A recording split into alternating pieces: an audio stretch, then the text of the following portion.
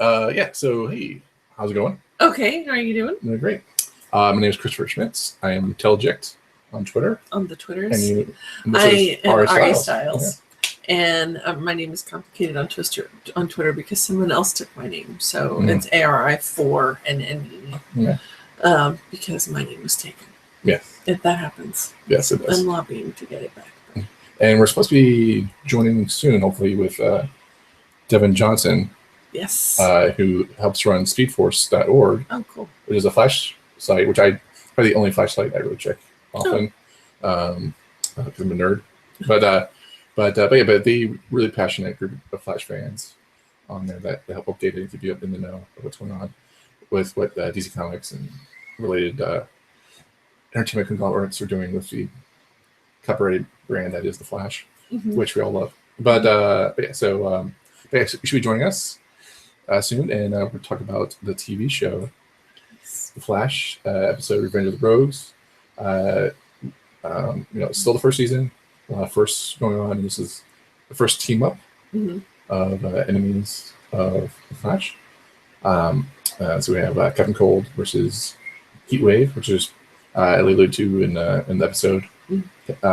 Former partners, and they regrouped with Captain Cold, Snart, the brains behind the outfit, and Heatwave being the meathead of the group. And so, also, it was really fun is that they're actually the lead actors from Prison Break TV show, which was quite, I think I don't think won any critics awards at all, but it had a really strong following. Yeah, like I didn't follow it, but I know a lot of people who really love that show. I followed it the first season. And it had the hatred of Lori Grimes. Apparently, that same woman was an annoying character on Prison Break, and then graduated to being an annoying character on The Walking Dead. Oh, really? Yes. Okay.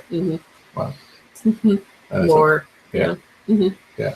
I watched Prison Break season 1, but then when they became, when they tried to do the cliffhanger, season 2, I just gave up on it. I can't go any further. But it's nice. I enjoyed the show, so it's nice to see them because they teased Heatwave throughout the first half of the season, and they finally showed you it was actually his partner from the TV show. So it's pretty good.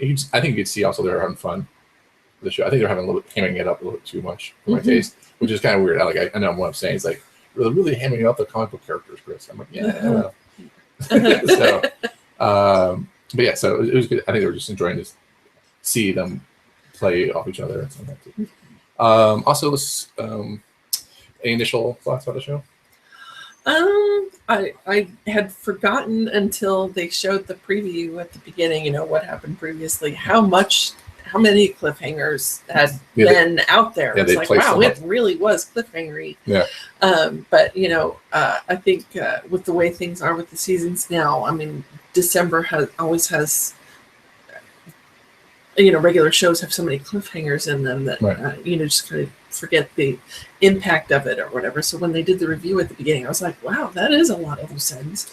Yeah, they packed a lot in that last episode because mostly it was like, I felt like, I could be wrong, but I just felt like, they would have this one big surprise or so, like one big reveal. Well, this is our enemy of the week, origin story. And then, but I felt like they really they put it all out there for that mid-season finale. And it's been really kind of interesting how TV's progressed, and that it is a staple now to have that mid-season finale. Whether it's like a major cliffhanger or just, a good way to wrap up a bow for the first half of the show, because like back now, when back in our day, it was just like, all right, we're done. You are going to watch us. There's no internet. You will be watching us after the winter break. Just like there's nothing going on. So there's nothing called music or or outdoors. You will be watching us the TV show. So now I'm really glad because they're actually kind of crafting it to be more entertaining for viewers out there. So TV, thumbs up. Okay. So Man with the Yellow Suit was the cliffhanger. He does exist was like the big reveal, and then the episode before was talking about how Barry Flash is not fast enough to beat him, and so he started out with a show with Barry just being focused, determined to practice and train get really harder, to get faster. Mhm. And I think what they're trying to demonstrate is that the Flash gets better thinking in the moment of being fast and thinking in the moment of fast. And so that's what they kind of did at the beginning, was trying to figure out, focus that training out there. And they also kind of, they did a quick little hint of Wells being able to walk. That's split second. It's like, oh, he's going to get up because Flash is going to kill himself. I have to go save him or something. I don't know what he would do. So, yeah, so that's kind of the, the yellow suit came in. And so it was kind of like a good episode to decouple Flash's one-track mind on the Reverse Flash, and show him that there are other crime does help hurt other people, and so that when you really do need to put your efforts if you're a Flash to help other people, other rogues as well. So yeah. I was I'm not sure exactly where it's going, but I was kind of glad to see the bubble pop about him talking to Iris about his feelings and getting that all out in the air, because I was thinking about it. There's so many television tropes, with sitcoms and dramas and everything, and as media continues to take comics more seriously as source material, exactly. But I mean, these are tropes that comic book readers know are there. Yeah. But now, you see so many of them come to movies and television, and you're like, wow, this is a really common thing. The pining for the girl you can't have is the really common theme across so many comic book superhero characters. Right. And so I don't think it's necessarily put to bed, but the tension on it is eased, and there's this feeling of people moving on. And, I'm more interested, frankly, in the other stuff that he can do. And I'm probably not the only one, and I hate to do this, but I kind of think of some cynical exec somewhere or something saying, well, you got to throw in something for the girls, or I mean, like, you have to throw a romance in there or it's not a complete story. That's not really true. And so yeah, I'd like to see Iris be developed more as a character doing her own thing and have not just be like an object of affection or daddy's little girl. And so I think it was symbolic for her to move out of the house and do something different. Also, well, in the comic, the reboot of Flash, the recent one, Barry's actually love interest isn't Iris. It's actually Patty, I believe is her name, Patty. She works in the but she's unattainable, probably, right? No, they dated. Oh, really? They're dating, and so they're actually, she works in the police force. So you might find that angle. There's also that love interest at the other show, Arrow. Oh, right. And so I think they play well with each other. I felt Barry and her play well. But, the girl from Arrow that I can't remember. Dang it. Yeah, I agree. I forgot. Yeah. See, we're pros because we we got those proper names down. Right. This is bad because I don't remember names of actors and actresses. So like, this is gonna prove I'm going to have to actually remember names. We're gonna have to be better about this. Yeah. So. But the other thing that I've been thinking about is over the break, and now I'm going to have to, and we'll maybe like put it in the show notes or something.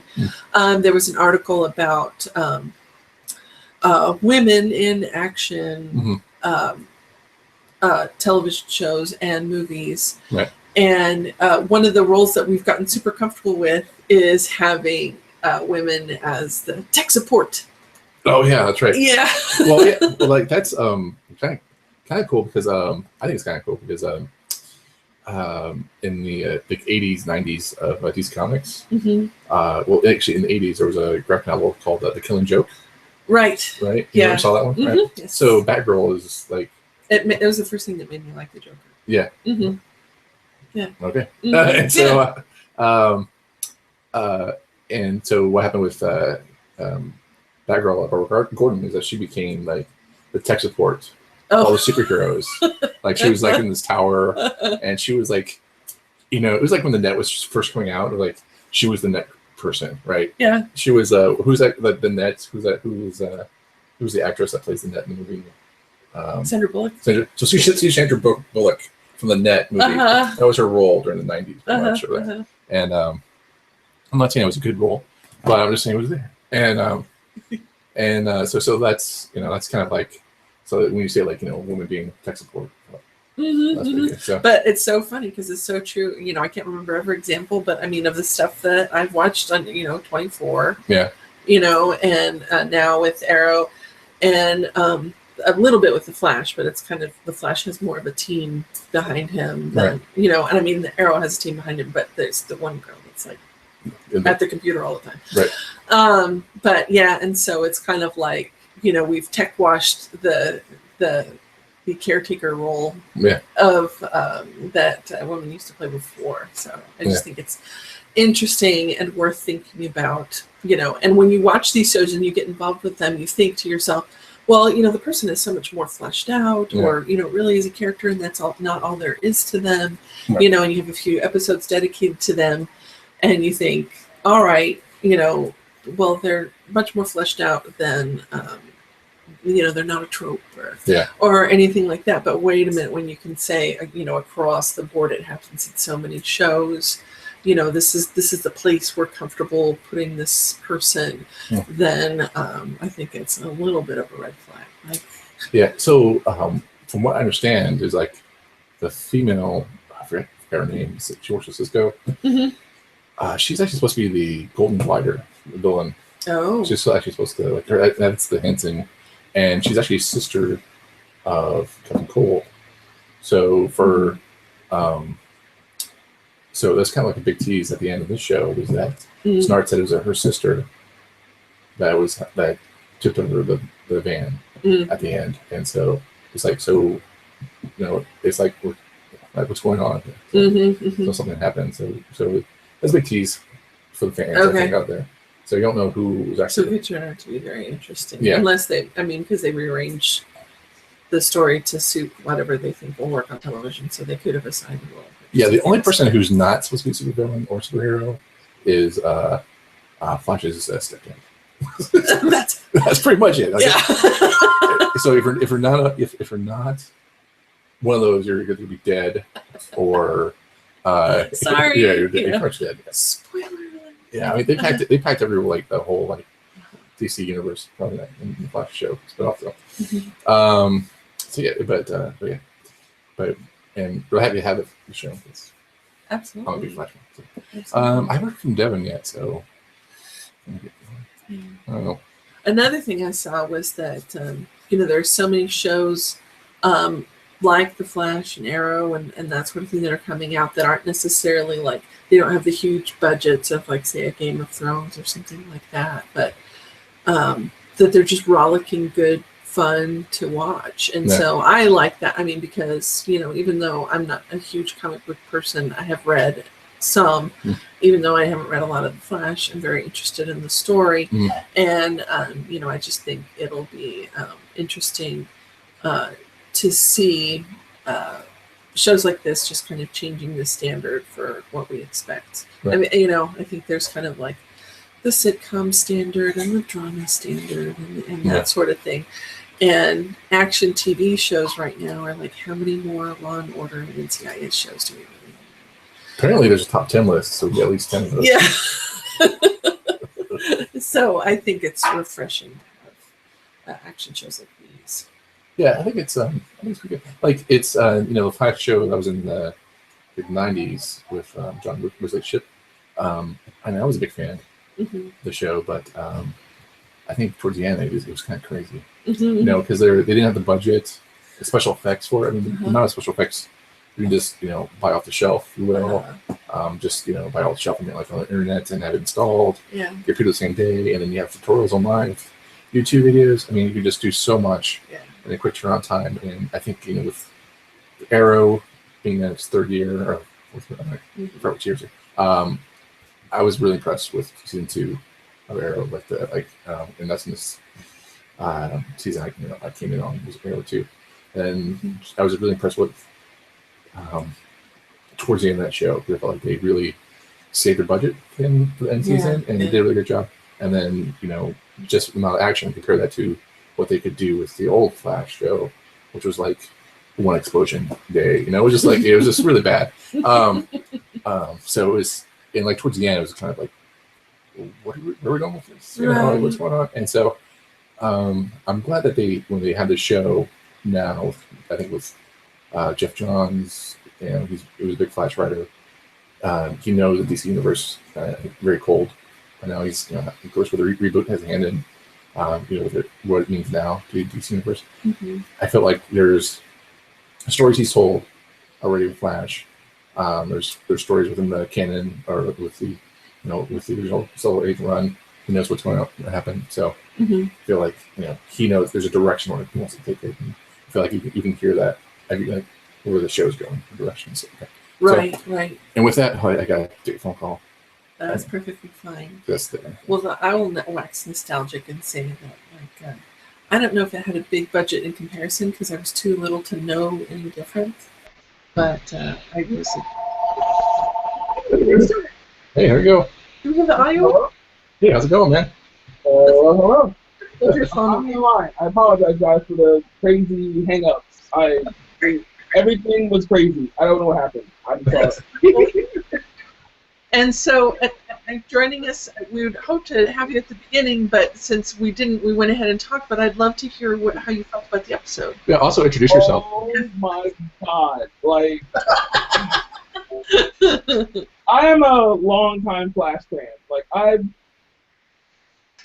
was a kid watching on my dad's lap, like watching 1991 like Flash episodes. So watching it done so well, like so differently, but also just so well, is just amazing to me. God, oh my gosh, so much good stuff happened.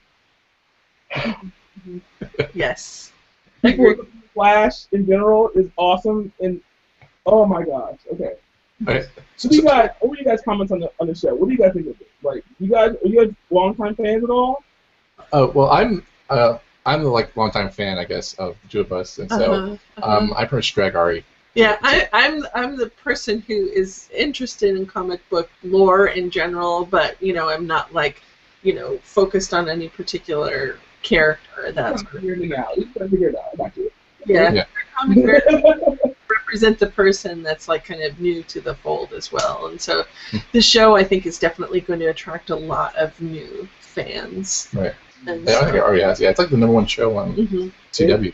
It's up there, and I love it. I love it so much. Like, the first show was well received. It just didn't really catch all the reactions and all the crazy Gulf War stuff going on during the time. It actually catches the audience the way it should have. Yeah. So it's amazing to see a show like this kind of like catch ground and be like, hey, this is good. We're making good stuff, and it's happening. Oh. Yeah. So Devin, how did you become a Flash fan? What was your first introduction to the Flash? Well, first, I want to introduce myself in general. I am Devin, the Flash Johnson, the fastest fan alive. That's awesome. And I also write for speedsters.org on occasion. And my computer broke a little while ago, so I'm kind of like, trying to figure things out in that meantime. So anyone who tried to access my website and not see anything new in several months, that's the reason why. So you guys know. But my first experience with the Flash was my dad. Yeah. I haven't seen my dad in about 20 years or so now. Oh. But it helped kind of shape me in general. Like, I think everyone has a choice in life. You go down one route or the other route, right? You go here, straight, that way. And I think that maybe he wasn't around for the most part, but he kind of helped shape it still, because that Flash show, it shaped and changed my life. Like, it just made everything just... It made me...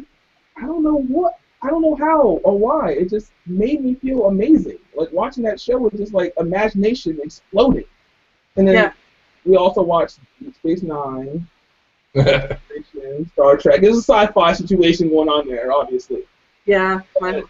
Yeah. Yeah, that's But the Flash, it spoke to me in a way that nothing else has. I don't know exactly why. It just really has, and I mean, Let you identify with the Flash? very much so. Yeah. In my day job, I work at Trader Joe's. I am a customer service representative for Trader Joe's, and our main thing is basically speed, getting out as fast as possible. And I am that guy. I am the Flash. Like at my job, they say, "Flash, Flash, yeah, Flash, yeah, Flash, yeah." Yeah. So it's shaped my life in such an amazing, ridiculous way. I don't even understand how it's done. I do understand how because yeah, I do understand how. No, I mean, I think that for a lot of us, when we relate to a story or when it touches us deeply, it's very difficult to put it into words how you feel about it. So totally understandable, and I'm sure everybody watching has a cultural touchstone like that, even if it's not the Flash for them. Mm-hmm. So I totally get what you mean. What did you think of this episode? Seeing the classic cover just I don't remember the issue number at all. I'm not that guy. I'm that guy who just remembers visceral, amazing images. I just remember seeing the Flash be set on all sides by Heatwave and Captain Cold. And it was just like that moment where like the two streams just touched me. It was like, oh my God, that is a classic Flash cover moment. That is like pure, just, what's the word for it? Homage. Well, there's that. And there's also just another word for how we please the fans. Fan service. Yes. Mm-hmm. Complete fan service, but that was. It was amazing. Seeing that, like, are you joking me? Why is that happening? And I don't understand on my screen. Yeah. Because I didn't see Heatwave at all in the last series. Captain Cold came around, but Captain Cold was not like Captain Cold at all. Captain Cold right now is the epitome of awesome. Oh my gosh. I am on a high right now. I don't really watch the show in real time usually. Oh. I don't sleep very well. Okay. I'm very active. You see, I'm an ADHD kid. So I don't sleep very well. So I wake up around like 1 o'clock in the morning. I watch the Flash. I go work at 4 o'clock, and but the Flash is like what? The Flash is back? Oh my gosh. Yeah. No, I think that's true for so many people now anyway. Yeah. I mean, most people are watching things on a delay. Like, we had to make special arrangements, for us to watch it live. So did I! Recording or whatever. Yeah, exactly. Information is hilarious to me because, I went out and I bought a new webcam. And I was this situation needs to go down perfectly. I was, testing hours at a time. This is working just fine. We're going to be just fine. And then, nope. You're not working. You're not working at all. You're not working at all. You're being ignorant. You know what? I'm gonna fix things. I'm gonna fix it out somehow. Make it work. We made it work. Yes. Awesome. Cool. And then, so what are you excited about what's coming? I mean, there was some hints. Pied Piper, enough said. Yeah. I always loved Pied Piper, the character in general. I never knew him as a villain per se. I grew up on the Flash television series, and I grew up on the comic books featuring Wally West. Mm-hmm. I identify most with Wally West more than Barry, unfortunately. I love Barry as a character. Barry's great. But Wally's like me.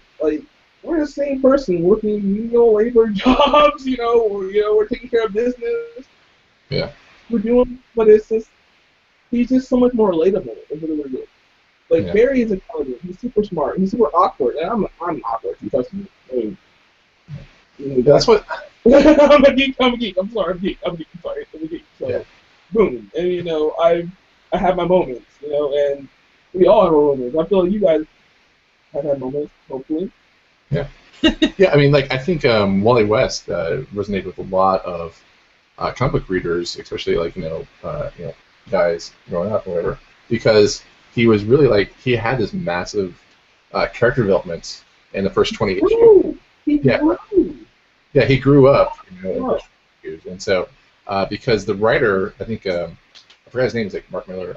I forgot his name, but There was Mike Barone, and there was Jackson Dice who worked on art, and then there was William Mesner Lodes, yeah, who probably my personal favorite writer in the series. yeah, And then great. there's Mark Waid, who built on what William Mesner Lodes left, and it was.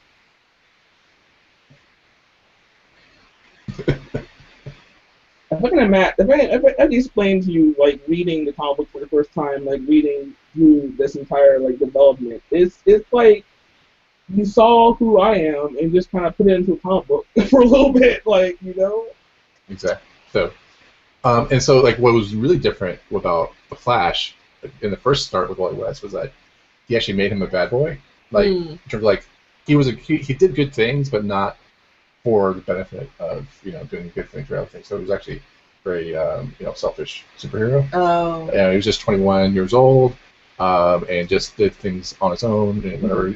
And you saw him, like, through challenges, become a different person. And the backstories behind that is, like, DC Comics didn't like that at all. Oh. Yeah, so they actually, when the initial writer left, it was actually like this, you know, mandate that he actually change into this new person, which is actually, like, beneficial, because I felt like that first 24 issues of The Flash really just, they had a core audience for that comic book. And then Wisner Loebs came in, did a great job. Brian Augustine came in, and then Mark Waid just, you know, took the foundation and just, like, blew it up, you know. And so there's a lot of great stories that came from that. Yeah. Oh, it's just funny how people, looking back on it now, I've read it like a million times. I've read it like so many times. Winning the lottery situation, Yeah. being old savage thing. You know, I feel like it came full circle in more ways than one, especially when it comes to relaunches. I feel like relaunches and refurbs or, like, development like that doesn't really come naturally or organically, typically. Like, usually they kind of force it onto it. I mean, I don't know if you gotta be comic books at all, like, that much, but you kind of do. You kind of do a little bit. And so, like, it's kind of like now with Flash, you know, like, you know, I think with Wally West in the comics, like, he wanted to become better because there's nothing else for him to do. Lost it. With Barry Allen, it seems like they have to do that trope of you killed my parents. Oh. You know, like with the reboot. Yeah. So, like, you killed my mom. Professor Dime. Yeah. So I felt like that's kind of a trope or whatever. But I'm okay. That's a big comic book thing. Yeah. I'm not a TV person, so I don't know about the whole trope thing. I kind of am aware of what tropes mean and what they are aware of, but. Oh, okay, it's kind of like the cliches, and so one of the things that we were talking about before we were graced with your presence was that television has, like, all these kind of cliched storylines that they do, their tropes or whatever, and as comic books are being taken more and more seriously as source material, I think that comic book fans have been aware of the tropes maybe within comic book, but now we're getting to see, you know, now that it's becoming more a part of mainstream entertainment regularly, that, hey, you know, the unattainable girlfriend, and now what just came up is the dead parent or parents, is another real. And I mean, you know, I think in general, so many superheroes become superheroes because of the overcoming adversity of some kind. And so I think that's a common thing, and it's one of the things that's so relatable and touches so many people, you know, because, you know, everybody's going through some form of struggle, right? And they relate to the character that way. But yeah, you just kind of notice some things that are common, and so we're talking about comic book tropes coming to the big and small. Yeah. Exactly. It's funny you mentioned the whole Barry Allen and the whole mother dying thing, the whole, like, motivation behind all that and everything. It's actually a fairly new development when it boils down to it. Like, back when Barry Allen first started being a superhero, it wasn't because of any kind of external, you know, guilt or issues about things that existed. It was, he just wanted to help people. Like, he was reading comic books in the Golden Age when he got his powers. Like, he was reading. Barry's not the first Flash. Barry's the second Flash. Jay is the first Flash. Jay Garrick, 1940, was the very first Flash. He inhaled hard water fumes that made him into the fastest man alive, but it really activated his better gene Whatever. But Anyway, it made his power.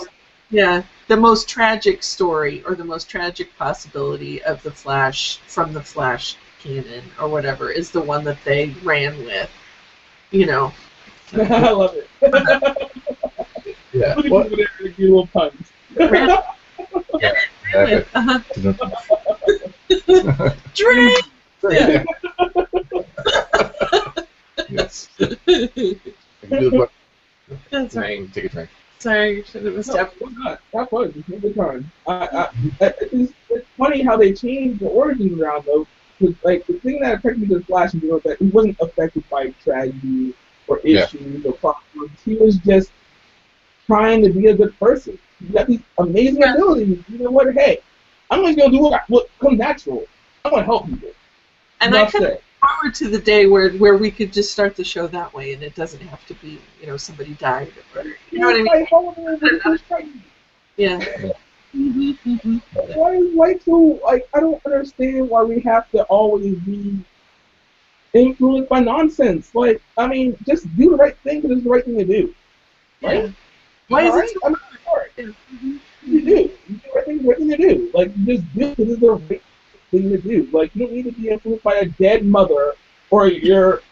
Although I will say, I think it's a stroke of genius that the reverse Flash is going back to the guy before anything has happened. Like he's messing with him on this level. I'm like, dude, you're cruel. You're cruel and horrible and unusual. Like you're gonna go back in time and kill this dude's mother before anything's happened. Like, dude, you're just. You're an asshole. I'm sorry. I think, There's villains and there's assholes. There's villains and assholes. Well, I think that's like the. I think that's like the what makes this Flash TV show so inherently awesome is like how evil that thought is, right? Is this like wait, like in the Flash Rebirth comic book is actually one of the Reverse Flashes. I got kind of lost in this Reverse Flash. I don't know about the one shot, right? Yeah, Professor Zoom. I forget. I keep. There's like so many people in yellow suits in the Flash. I forget. But like one of they actually goes back and said like I'm gonna make you a better Flash, and so he starts killing his mom and do all sorts of things like that. And so part of the cliffhanger for the mid-season finale, which I want to get your opinion on, Devin, is how do you think the Reverse Flash pulled in the Professor into the bubble, and so like how do you explain that? Because I have no idea. But anyway, so like Wells, how do you think? Harrison Wells. Yeah. Sorry, H.G. Wells, the time traveler. I mean, it's so funny how they like Harrison Wells. Like, really? H.G. Wells? Like, are you joking me? This is on the nose right there. Yeah, exactly. Pretty on the nose. I'm sorry. H.G. Wells, Harrison Wells. Like, you're a time traveling motherfucker fucking shit up. Like, person not allowed. I'm sorry. But not curse. We'll just beat this out. Maybe. That's okay. Maybe. Okay, that sounds good. Okay, I will not do that anymore. But you like, it was right on the nose. It was obvious from the beginning. We all kind of saw it coming, right? I mean, Harrison is the Reverse Flash. It was obvious. Like his whole secret room, his walking. Yeah, he's causing problems for the Flash. But at the same time, though, he's trying to improve him because this is a Rebirth. You read Flash Rebirth, right? Flash Rebirth, the miniseries. You've not. It's fine if you haven't. Fine. They're both. But Rebirth was basically established that the fact that he can't overtly hurt Barry. He can't go and hurt Barry. He can't hurt Barry. He can destroy things around him. He can make things horrible. He can make things horrible for him. He can't necessarily hurt him. He has a run to create the Speed Force that generates everything for everyone. Like he somehow now creates everything for. The basic idea is like if you kill Barry, you kill the ability to become a person. You kill the energy. Oh, right. Yes. You kill the power. The power is gone. Like Barry generates the Speed Force as he runs. Somehow. Yeah. right. Okay. So let's see how this works, because the Speed Force was just an independent thing that kind of just existed, like a natural law of nature. But somehow, some people feel like they need to just change things around to make things work for them. And so Barry is one of the greatest Flash ever existence. Well, we could probably just like keep going forever, but we probably need to figure out a note to wrap it up on. And so I'm curious. Well, I have a theory. Okay, go. So, like in Barry Allen, when they wrapped up the comic book series, it was Abracadabra who was running around as Reverse Flash. So couldn't H.G. Wells be Abracadabra and then helping Reverse Flash out? He's not, sir. He's not buying it? I saw the ring. The ring exists. The ring is there. This is my ring. Actually, I was wearing my 1991 Flash shirt. Oh, wow. Nice. It's actually a shirt, quite vintage. And then also a jacket from the original series. Oh, my gosh. Holy cow. Yeah, cat jacket. Gotta see it. Gotta see it. He wins fast. Okay. Camera nice and big. There you go. All right. Do you have anything else in Reach? I've actually nothing in Flash and Reach. I have lots of stuff in Reach. I mean, so you're asking questions that are hilarious. Yes, show us a couple things. I can grab. Yes, show us a couple things, man. Oh man, what's that? It's a weird Fisher Price Flash Super Friends toy. Oh, nice. Okay. Wow. I have a. Good lord. Oh. Giants of Justice Flash action figure from a few years ago. Are you telling me you found a wall that does not have any Flash stuff? Like the whole room is filled with Flash stuff. I put a partition up. But your background has absolutely no work at all because you can see half black and half white now. It's horrible. I failed this. This is my first time doing this. This is the first time doing this at all. I am very nervous. No. Like, wow, I'm on like video talking to people. Okay. Well, probably next time you do this, you have like a big Flash display. Yeah, I want all your toys. I wonder what my costume actually. I didn't. Oh. I have several costumes. Okay. But I didn't want to I didn't know the nature of the situation because I called you guys way too late. I really called you guys like hours ago to be like, hey, the situation is the whole thing. And right. No problem. No worries. Okay, what are we looking forward to next week? Just next week. Pied Piper, enough said. Pied Piper he's one of my number one. He's not even. I don't want to ruin anything for anyone in the future, but like he's not really a villain per se. He's kind of just messed up and misunderstood, a little weird. He's actually he's one of the very first homosexual characters in the comic books at that time. It was a controversial issue. It was a huge deal. There was North Star, who was like kind of there but not really, and then there was like Piper, like, hey, Flash, I'm gay. This is what's happening. Like, I'm gay. This is it. Have fun with it or no. This is the way things are. And it was a big deal. So I'm curious to see if they're going to incorporate that or not. If they're going to like actually go down that route. I feel like, especially nowadays, we're trying to go more towards diversity when it comes to characters in general. Like a lot of people being made black and mixed race randomly for no reason. And, you know, things happen. You know, Wally West is now a biracial black and white kid. Yeah. Well, and Pied Piper in the Wally West series is also like more of a Robin Hood type character, like villain. He was basically there to help people in general, homeless. Yeah, like feed homeless people and stuff like that. Whereas like Heatwave would be like he just wants to watch the world burn, you know, type of. So. He is a pyromaniac into the first degree. It's so funny. This is what I love about the show right now is that it showed the dichotomy of them so perfectly. The dichotomy was like, boom. You have this crazy loose cannon. You have this calculated, cold person who just has plans out the wazoo. Like, this dude's there right now. You know what? His plan is there. He's gonna get out. He's gonna get out. He's gonna get out. He's gonna get out. It's gonna happen. He's gonna get out. He's gonna get out. So it's gonna happen. It's gonna be amazing. I am just touched how the show has managed to capture the true spirit of every person that they put in this show. Like, every person in the show has managed to not be some cliche for the most part. I mean, there are cliches for sure. There's a woman who climbed out the word Iris, but she's always been there. This is from like the '60s subreddit. This has happened from years ago. It may be a little outdated and a little weird, but you know what? It still exists. We're all geeks and nerds at the end of the day, and we're all like, oh, it's like, come on, come on, it happens, you know. At the same time, though, wow, can you imagine how well this is coming together? This show is just phenomenal. Mm-hmm. If you guys watch it every week, you guys like in the loop, or you just kind of hear who's in the loop? We're just here. Yeah. That's fine. That's awesome. The newer fans are better. Like, it's coming down to a point. I'm just like, I was such a weird person for liking the Flash for so long. I was just like that odd guy. It's like, what is that lightning bolt on your wrist, on your chest? What are you doing? Yeah, I'm the Flash. Yeah, I always wear a Flash shirt, and people always tell me like, "Hey, that's Shazam." Flash Gordon. Yeah, Flash Gordon. Yeah. If I hear Flash Gordon one more time in my lifetime, I don't know what I will do.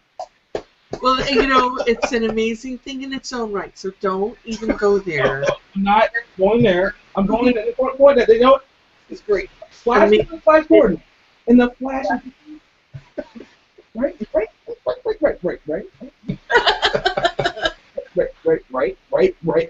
Right.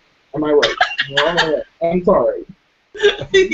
One. Boom, bam, bing, bam. Yeah. Okay. I'll say one more thing before we wrap this whole thing up. Okay. Hilarious. You guys know what Phoenix, the French band who plays awesome music? Phoenix, the band. The Phoenix band, yeah. Yeah, S01E10. Okay, so I went to a concert of theirs like a few years ago, back when right before they got really big. I was a big fan of them like 4 years beforehand. Went in a Flash costume. These guys called me out in an awesome way, but not so awesome at all. It was like, yo, it's Spider-Man! Oh. Are you joking me, you French people? I'm Flash! It's Spider-Man! It's okay, though, because they're French. It's okay. French. That's right. They don't know about Flash. There's like a crazy Bollywood they keep showing us. When we go to the movies here, they have these crazy, like, other superhero type things. And it's a Bollywood thing where they mash, like, every superhero that they can get a costume for into one big thing, and they're all dancing together. So it's like Spider-Man and Batman and Superman. And yeah, it's very weird. Yeah. So. But I kind of love it, though. I mean, you know, it feels like it's a unity, you know? I think every real geek nerd's dream is to have some kind of crossover type situation.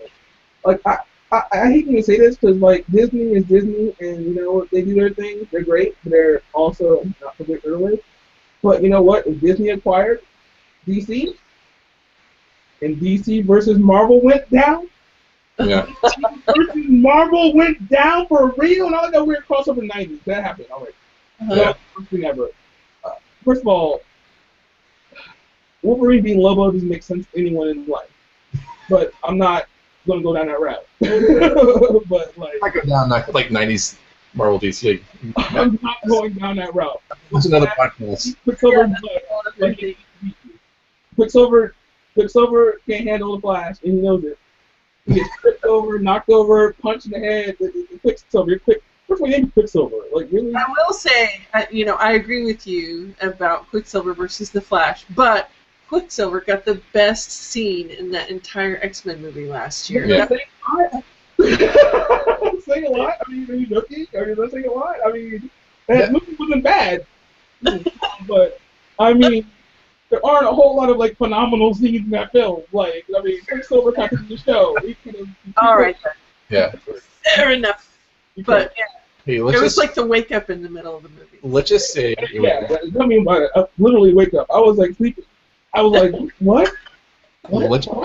Huh? What? What, speed? On screen? You're sipping stuff and doing stuff and... Huh? Oh my gosh. I'm awake now. Please. Thank you. Thank you. Let's have to, like, I think we can agree that was a nice... it was nice to see a speedster in a movie. And then, two, if you really wanted, like, you really, like, don't think it's that great, you just think it's a nice homage to Flash. There you go. So. Wow. Is that speedsters typically in modern media in general kind of get the shorthand? Like, especially Justice League Limited. Like, Flash was like the worst. Like that one episode where he like took down Brainiac, by the we fall. That was awesome. Other than that, he's like getting tripped, knocked over, hitting at things. Like, I mean, when it comes down to it, a speedster is like the power you want to have. Like, Superman, and he's like super fast and vulnerable, whatever. But for speed, yeah, because it's really bad when people write the Flash and then it's like his arch nemesis is a banana peel. You know, it's just really bad when they write him that way. Hold on, one more time. I'm sorry, I didn't hear that. Oh, I was just making a joke like how like when people write the Flash, you know, especially in a team series, it's like his arch nemesis is a banana peel on the floor. Yeah, exactly. Like, oh, what I tripped. Like, oh, People don't get it. I mean, it's just like imagination is really what makes the Flash work, and that's. I mean, think about it. Like, you got kinetic energy and motion and like absolute zero. Like, boom. That just makes perfect sense. Make it work. Work with it. Like, make it happen. Like, I don't understand why it's so hard to make the Flash to a credible threat to anyone, and I don't know why it's so hard to make the villains into a credible threat, because they have the ability, the tools to make things happen, and they work together. Yeah. Mm-hmm. That's what makes the rogues work so well. Yeah. But we should probably wrap this up, I guess. You guys trying to? Yeah, we'd love to have you back next week if you want to do it. I am down for next week. This has been a lot of fun. I told you I'm nervous to all get out, but next time I'll be much more prepared. Sushi will be a lot easier. And your costume next week. The costume will be there. Yay! Exactly. Take it easy, guys. Good night, all right? All right. Have a good one. Before we leave, I want to plug, fastestspelllive.com, my own website. I haven't posted anything in a little while because my computer's broken and in horrible shambles. But soon enough, I will be posting again. Awesome collectibles, awesome Flash stuff all the time. And speedforce.org, Kelson Bibber is the best guy ever in life. Like, that dude gave me an opportunity to step out of my box and do things that I'd never done before in my life. And I love him. Awesome. That's great to hear. You guys have a great night, all right? All right. Thank you so much, Devin. We'll talk to you soon. Thank you. Take it easy, guys. Good night. Awesome. And Indeed. Are we going to leave this?